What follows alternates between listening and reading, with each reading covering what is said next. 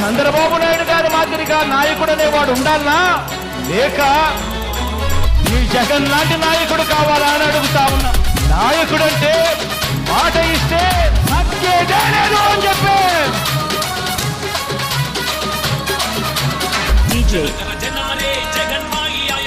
Pawan Kudari.